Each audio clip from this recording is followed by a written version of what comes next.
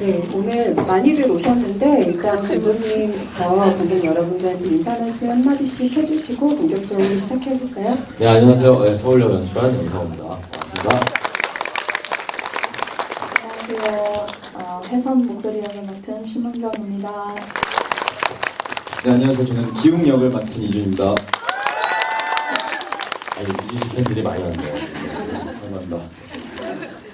오늘 아마 서울역으로 이 세 분이 같이 나서시는 거의 처음이자 마지막 집회가 될 거예요. 앞에서 한 타임 하고 오셨지만 오늘도 사실상 마지막 기회이기 때문에 오늘 아주 다들 좋은 기회 잡으신 거라는 말씀을 먼저 드리고, 부산행을 연상호 감독님의 첫 작품으로 보신 분들은 이 영화 굉장히 충격적이고 어머어머 웬일이야 싶은 그런 영화가 아니었을까 싶기는 한데, 반대로 이전에 뭐 돼지의 왕이라던가 지옥 두 개의 삶이라던가 사이비까지 연상호 감독의 작품을 꾸준히 감상하셨던 분들이라면 그래 이거다, 역시 달라지지 않았다라는 생각을 가지셨을 것 같아요. 많이 달라지려고 그러죠.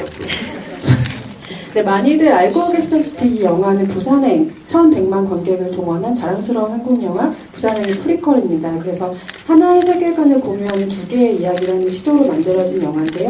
서울역에서 이렇게까지 절망을 보여준 감독이 부산행에서는 희망과 연대를 말한다는 점이 굉장히 재미있었죠. 그래서 두 개의 작품을 잇고 연결할 때 조금 더 그 완결성이 보이는 영화인 것 같은데요. 일단 두 작품의 제작 순서라던가 뭐 서울역이 왜 하필이면 애니메이션이 된 이유, 이런 것들이 좀 궁금하실 것 같아요. 감독님이 설명을 좀 해주시죠. 일단은 서울역은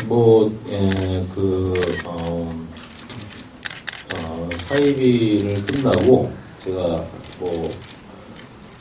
작품이 한 2개 정도가 있었어요. 2작품이 있었는데 하나는 김영 배우까지 해서 같이 작업을 하게 됐고요. 그리고 그 중간에 사실은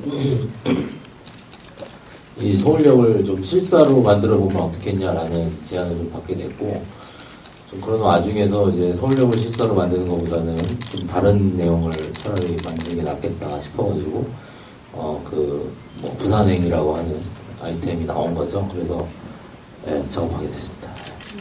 보통 작화를 먼저 하고 그 애니메이션 작업들을 보면서 배우들이 후시녹음하는 식으로 애니메이션 더빙이 많이 진행이 되는데 이 경우는 그렇지 않다고 들었어요. 그래서 배우분들이 아주 간단한 콘티만 보고 연기를 하면 그거에 맞춰서 애니메이션 작업이 된 경우라고 알고 있는데, 일단 감독님께는 그러한 작업 방식을 선택하신 이유에 대해서 여쭤보고 싶고, 두 배우분들께는 그 경험이 좀 자유롭기도 하고 한편으로 되게 어렵기도 하고 그랬을 것 같은데, 그 녹음 과정에 있었던 일이나 아니면 그 작업들이 어떤 감흥을 줬는지 얘기를 들어보면 좋을 것 같아요. 일단은 저는 예전에 단편할 때 사랑한 단백질이라는 단편을 할 때 이제 그 사운드 감독님께서 이 선녹음을 해보면 어떻겠냐라는 제안을 주셨어요. 그래서 이제 먼저 배우 더빙을 먼저 하고 작업을 했는데 뭔가 되게 좀 자유롭다라는 생각이 들었어요. 애니메이션을 그동안 했을 때 좀 후시 녹음을 하다 보니 좀 답답한 부분이 있었는데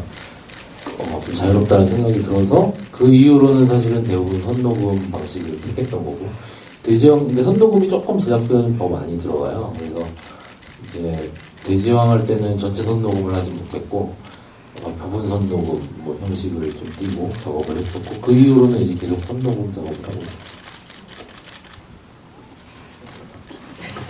네. 서울역 이 영화 같은 경우는 여러분도 아시는 분도 계시고 모르시는 분들도 계시겠지만 후시가 아니고 그 스케치만 있는 상태에서 먼저 목소리만 합니다. 그래서 저 같은 경우는 그냥 왜 웃으세요? 다들 귀여워서 웃으시는 것 같아요. 네. 귀엽죠? 네. 저 같은 경우는 그 스케치만 있는 상태에서 그 색깔도 없었고, 어떤 싱크를 맞출 필요도 없었고, 쉽게 표현하자면 막 했어요. 막 그냥 생각나는 대로 막 애드립도 막 쳐버리고, 그렇게 해서 저는 개인적으로 즐거웠지만 또 평을 보니까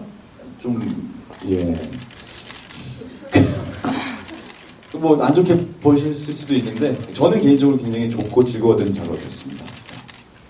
이준희 씨가 평이 안 좋으셨다는데 전 개인적으로 이준희 씨의 더빙 연기를 너무 좋게 본 관객 중에 한 명입니다. 정말 제일 잘하신 것 같아요. 저희 영화에서. 네, 저야말로 제 더빙 실력이 많이 부족해서 어떻게 관객분들께서 받아들이실까 고민이 많이 됐었고요. 이런 전시 녹음 방식이라고 해서 저도 되게 좀 색다른 경험을 했었던 것 같아요. 보통 애니메이션 더빙이라고 하면 그 애니메이션의 그 입모양이나 이런 싱크들을 맞춰서 보통 녹음을 한다고 이제 생각이 많이 들었었는데, 어제 영 감독님하고 작업했을 때는 되게 좀 느낌이 달랐고, 그래서 좀 더 감정에 많이 감정을 생각을 많이 해서 굉장히 몰입을 하기도 편했었고, 처음에는 저도 아무래도 제가 성우가 아니고 더빙 경험이 많이 없어서 이걸 어떻게 내가 소화를 해야 되지? 어떤 식으로 목소리 연기를 해야 될까? 성우처럼 해야 될까? 아니면 나의 본연의 그런 목소리를 가지고 연기를 해야 될까? 그 부분이 되게 고민이 많이 됐었는데, 오히려 그 간단한 콘티만 보고 어떤 전체적인 그림을 보지 않고 이렇게 연기를 한 게 나중에 가서는 좀 더 연기하기가 더 편하더라고요. 그냥 제가 카메라 앞에서 연기하는 것처럼 오히려 더 감정 몰입을 해서 연기를 할 수 있었고, 그런 어떤 싱크라든지 이런 계산적이지가 않게 되니까 더 리얼하게 그런 상황마다의 목소리 연기를 좀 할 수 있어서 그런 방식들이 되게 새롭고 너무 감독님과의 작업이 굉장히 즐거웠습니다. 저도 이번 작품에 저는 후시 녹음을 했는데요. 네, 임금 요원 역할로 후시 녹음을 네, 했었는데 되게 즐거운 경험이었습니다. 염상호 감독님의 작품에 대한 얘기를 조금 해볼게요. 왜냐면 그 처음 보고 분명히 놀라신 분들도 있을 거기 때문에, 아니 도대체 이 감독은 왜 이렇게 비관적인가라고 생각하실 분이 반드시 있을 것 같아서 얘기를 조금 이어가 보겠습니다. 작품마다 톤 다른 지레짐작을 하기 마련인데, 항상 내부에서 일어난 자가 모순 때문에 일어나는 항상 자멸에 가까운 지옥도를 그리는 감독이라는 점을 저는 굉장히 흥미롭다고 생각을 해요. 그래서 그 안에서 뭐 사회 규범이라던가 체제, 그러니까 시스템이라고 우리가 말하는 것들이 울타리가 돼주는 게 아니라 오히려 그 안에 있는 사람들을 거의 무참히 쓸어버리는 기능 같은 것들 하죠. 여기서 서울역에서 너무나 잘 보이듯이 사람들이 도움을 청하는 경찰이 도움의 대상이 아니라 오히려 사람들을 쓸어버리는 기능을 하는 것처럼요. 그래서 얄팍한 희망까지 다 부숴버린다는 점에서 처음에는 굉장히 좀 염상호 감독님의 작품은 솔직히 회의적인 입장이긴 했어요. 왜냐하면 사람을 살아가게 하는 거는 되게 얄팍한 희망이잖아요. 우리가 사는 게 너무 지옥 같고 거지 같고 너무 암울하고 해도 어딘가에는 희망이 있을 거라는 믿음으로 살아가는 게 사람이라고 생각을 하는데, 그거를 번번이 매번 부셔버리고 다 죽여버리고 뭐 이런 게 저는 너무 무섭더라고요. 그래서 그 생각을 했었는데, 그게 생각하면 생각할수록 비관주의는 아닌 것 같아요. 오히려 현실을 똑바로 보고 인정을 하고 얄팍한 희망에 기댈 게 아니라, 그러면 어떻게 바꿔가야 될까, 내가 이 상황을 어떻게 받아들여야 될까라는 질문을 던지고 있다는 점에서 오히려 조금 더 큰 그림을 그리고 있다는 생각이 들었어요.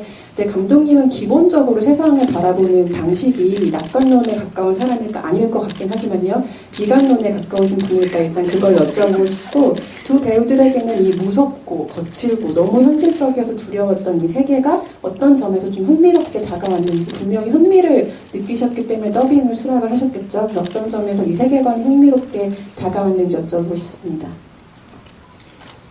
네, 저는 굉장히 낙천적인데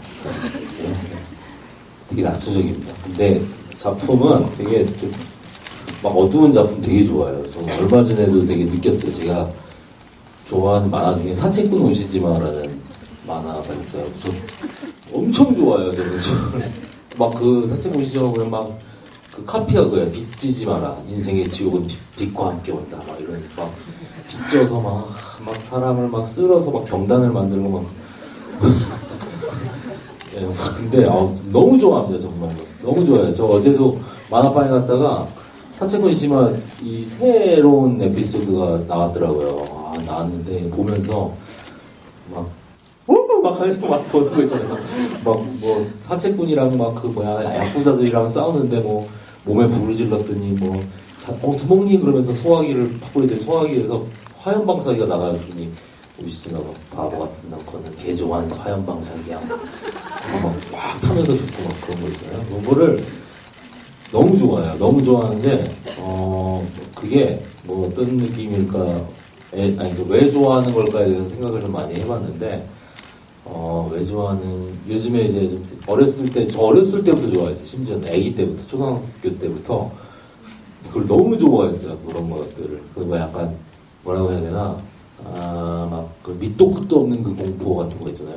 근데 그게 저뿐만 아닐 거라고 생각하는 게, 저희 학교 다닐 때 보면은 그 문방구 앞에서 보면은 그게 뭐라고 해야 되나, 그 오싹오싹 공포 체험이나 아니면은 그런 괴담 시리즈들 있잖아요. 그런 거 초등학생들 엄청나게 좀 좋아했었거든요. 근데 그런 게 있는 것 같아요. 보면은 지금 생각해보면은 많은 창작물들이 있는데 그 창작물들을 어렸을 때부터 접할 수 있는 창작물들이 있죠. 근데 낙관적 세상을 비추는 창작물에 대해서 저거는 가짜야라는 느낌을 이게 되게 가졌던 것 같아요. 그러니까 그게 자기가 살고 있는 세상과 어떤 스크린이나 영화 같은 거에서 비춰지고 있는 세상과의 괴리를 어렸을 때부터 느꼈던 것 같아요. 그래서 저거는 너무 가짜야라는 느낌을 많이 받고, 뭐 가식이야라는 느낌을 되게 많이 받았었는데, 그러다가 이제 그런 어떤 되게 비관론적인 작품들을 보면서 되게 마음의 위안 같은 거를 많이 느꼈던 것 같아요. 굳이 뭐 예를 들자면은 제가 어렸을 때 처음으로 보고 정말 감동을 느꼈던 작품이 나의 라임 오렌지 나무라는 작품이었어요. 보신 부분이 계신가요? 굉장히 그 비관론의 끝. 나의 라임 오렌지 나무.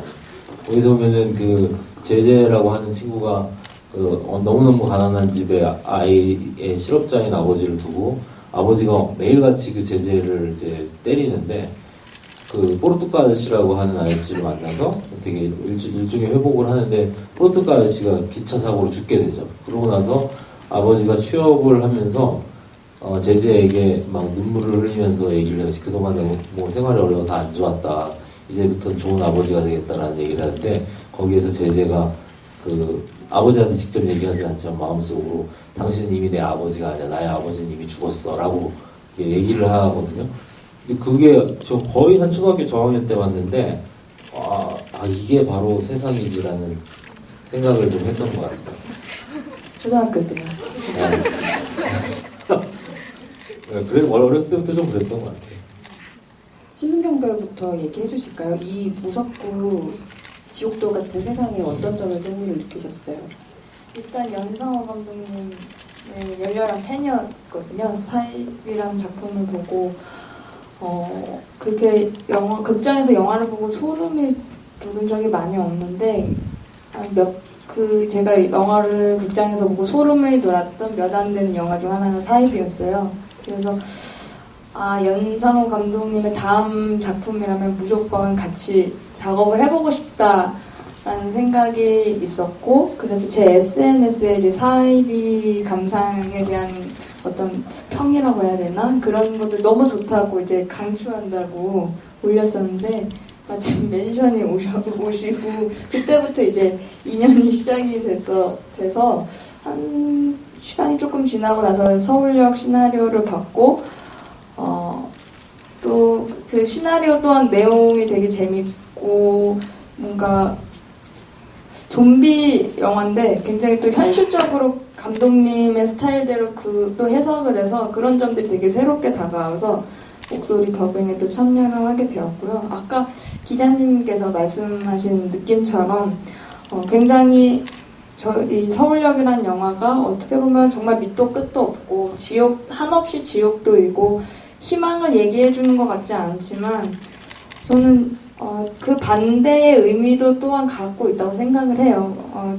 감독님께서 그런 어떤 메시지를 전달하면서 우리가 한 번쯤은 이 세상을 이렇게 돌아가는 세상을 한 번 더 돌아봐야 된다라는 어떤 그런 메시지도 담고 있다고 생각하기 때문에 저는 결코 저희 영화가 정말 뭐 지옥도만 그린다라고 생각하지 않고 또 하나의 어떤 뭐라고 해야 되죠? 그 관객들한테 메시지를 던진다고 생각하기 때문에 그런 의미에서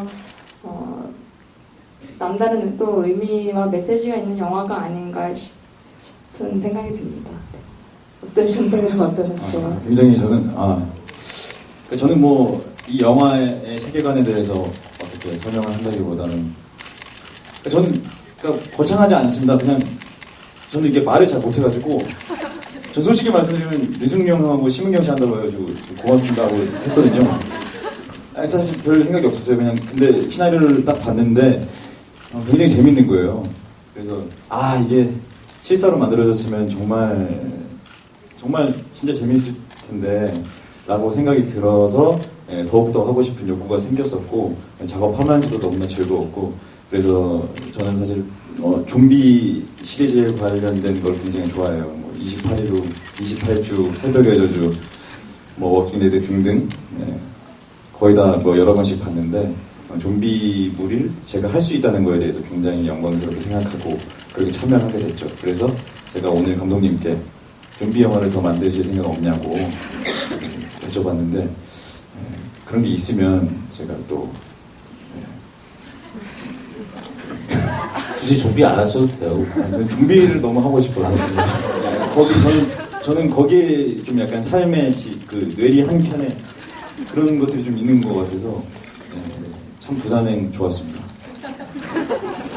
저는 약간 뭐냐면은 요즘에 그 서울역이 사실은 뭐 약간 뭐 흥행한다고 보기는 좀 그런데 저예산 영화치고는 꽤 잘 되고 있는 편이죠. 그래서 이제 저예산 영화치고 잘 되고 있는 이면에 굉장히 또 어떤 실망 같은 걸 가지신 분들의 글들을 보면서 몇몇 작품들이 사실은 떠올랐어요. 사실은 이와 비슷한 현상을 다룬 그 옛날에 저 어릴 때 일인데 그 폭풍소년이라는 작품이 그 미도파 백화점 거기 극장이 아니 미도파인가 뭐야 고속터미널 앞에 있는 여기서 미도파 백화점 모르시는 되게 젊은 관객분들 많으실 것 같은데 미도파 없어졌어요 지금. 저도 참고로 모르는 아 그래? 그 폭풍소년이라는 작품이 이제 개봉을 한 적이 있었는데 그때가 디즈니 인어공주가 처음 나왔던 그 시대예요. 그래서 폭풍소년이 개봉을 했을 때 정말 그게 애니메이션 아이용 애니메이션인 줄 알고 엄청나게 와서 그래서 저는 이미 그 폭풍소년이라는 작품을 알고 있었거든요. 알고 있어서 보러 갔는데 영화가 시작되고 5분이 있다가 주인공이 배에서 내장을 쏟아내면서 그런 장면이 이제 나오면서 경악을 했었던 일이 있었어요. 근데 그게 불법 개봉이었어요. 사실 일본 애니메이션이었는데 옛날에는 일본 애니메이션을 개봉하지 못했었거든요. 근데 그거를 홍콩 애니메이션이라고 속여가지고 불법으로 개봉해서 뉴스데스크에 나왔어요. 일본 불법 애니메이션이 극장에서 이렇게 불법으로 사용되었다. 근데 그 작품이 아키라예요, 아키라. 그래서 저는 아키라를 알고 있었기 때문에 당연히 정보가 일찍갔는데 그 당시에 이제 아키라를 모르던 이제 대다수의 사람들이 와서 충격에 빠지고 그랬죠. 그랬던 일이 갑자기 생각나요. 이준 배우가 좀비 영화 만들면 출연시켜달라고 했는데 아키라 얘기를 흘려버렸는데 아까 얘기를 했어. 저 좀비 영화를 앞으로 만들 얘기 생각이 없는데. 그리고 뭐 그냥 어느 정도 꼭 좀비 영화가 아니어도 어느 정도 뱀파이어? 구두 계약을 좀 하고 왔습니다. 저 뱀파이어에서 뱀파이어? 네, 뱀파이어 그거 아세요? 뭐요? 아닙니다. 뱀파이어 탐정에 나오고 있어요. 뱀파이어 걸 있냐 저도 되게 해보고 싶은데. 근데 그냥 그래요. 좀비가 더 재밌어. 전 뱀파이어가 더 흥미로운 것 같아요. 예. 어쨌든 네.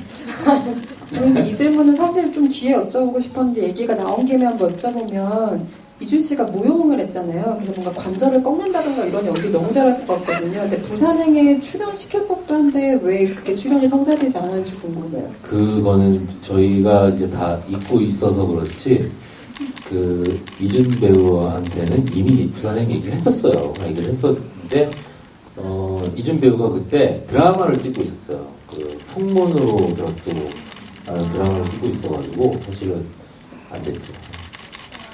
좀비로 나오진 않았어요. 굉장히 잘 꺾이죠. 좀비랑이. 그냥 좀비라도 와서 하라고 해보려고. 그러니까 저 그러면 시간 뺄 수 있었는데. 아쉽네요. 환상의 관절 꺾기로 우리가 볼 수 있었는데 그런데요. 예.